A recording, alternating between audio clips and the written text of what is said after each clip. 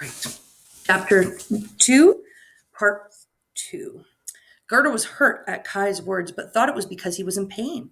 However, it wasn't the pain that caused Kai to speak so harshly. It was the shard of glass that he just swallowed, working its way down into his heart. Over the next few months, Kai said many more hurtful things and upset Gerda every day. One day, when she asked him to look at a picture book, he sneered and said books were for babies. When she invited him to smell the roses on the bush, he tore off the blooms and crushed them underfoot. What use are roses? He cried. They don't feed anybody or make anything. But they're beautiful, Kai, said Gerda, puzzled that he no longer understood. I don't care about beauty, snarled Kai. I can do fractions in my head, and I know how a wheel turns, and what use are roses and books to me? Even his grandmother wasn't spared Kai's malice. While she sat in a chair and told stories to some of the younger children of the town, Kai would stand behind her, mimicking her expressions and gestures. Kai was very good at spotting little flaws in other people, and he could always do funny impressions of teachers and classmates at school.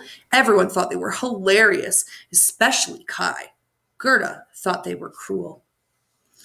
Winter came around once more, and the snow set in. Kai rarely played with Gerda, but instead he took his sled down to the town square and raced against the other boys. They played games of rough and tumble in the snow, which often ended in a bloody nose or someone crying. It was never Kai, though. Just after the turn of the new year, Kai was racing in the town square as usual when a shining, brand new sled came proudly up the main street towards them. Kai stopped and stared at the grand sled glided past. The strong white horse trotted proudly in front, head tossing its snowy white mane. The sled itself was edged and gilded in silver and painted in intricate patterns of white and icy blue. The driver was heavily wrapped in fur, but Kai saw a glimpse of frosty blonde hair and pale white wrists below the gloves holding the reins. Kai looked down ruefully at his own crude wooden sled. When he looked up again, the white horse had stopped, and the driver was staring at him over the back of the sled. The driver's head lifted amongst the furs, and Kai found himself staring into the icy abyss of the Snow Queen's eyes. The Snow Queen beckoned to Kai again, but this time he was powerless to resist. As he approached, she spoke to him for the first time.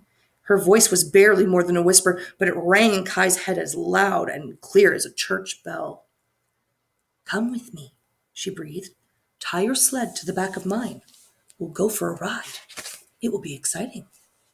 To Kai, the invitation was as good as an order. As soon as his sled was tethered at the Snow Queen's, the white horse set off at a steady trot. As the horse picked up speed, Kai clung on the back of his sled, afraid lest he'd be thrown against the pavement or a wall as soon as the horse turned a street corner. They passed through the main gate of the town. The horse was cantering, and his great strides soon left the comforting sights and smells of the town far behind. Kai was frightened. He began to struggle with the fastenings of the sled, but his hands were too cold and numb to undo the knot.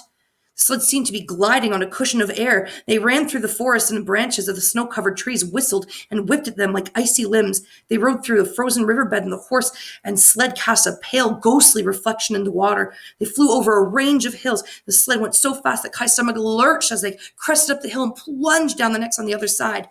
At last, the sled slowed. Kai was petrified and cold with fear. He would have cried, but the tears froze before they could even roll down his cheek. The Snow Queen turned in her seat, smiled at him. You poor thing. You must be freezing. Come, sit by me. Then you won't feel a thing. Kai was unable to protest. He stumbled forward and climbed into the carriage of the sled alongside the Snow Queen. She wrapped him in her enormous fur cloak around his shoulders and drew him to her. Her body held no warmth, and Kai shivered as the horse strode forward once more and the winds whipped up again. The Snow Queen turned his face towards her. Her lips curved upwards into a smile, but her glacial eyes burned into his own. The Snow Queen kissed Kai on the forehead. His teeth stopped chattering, and he could no longer shiver. A frosty pallor came over his features, but the biting wind no longer stung his cheeks. He forgot his fear, and he smiled back at the Snow Queen. Stay in tune for Chapter 3. Chapter 3 is called The Flower Garden. So let me just stop recording and see you for Chapter 3.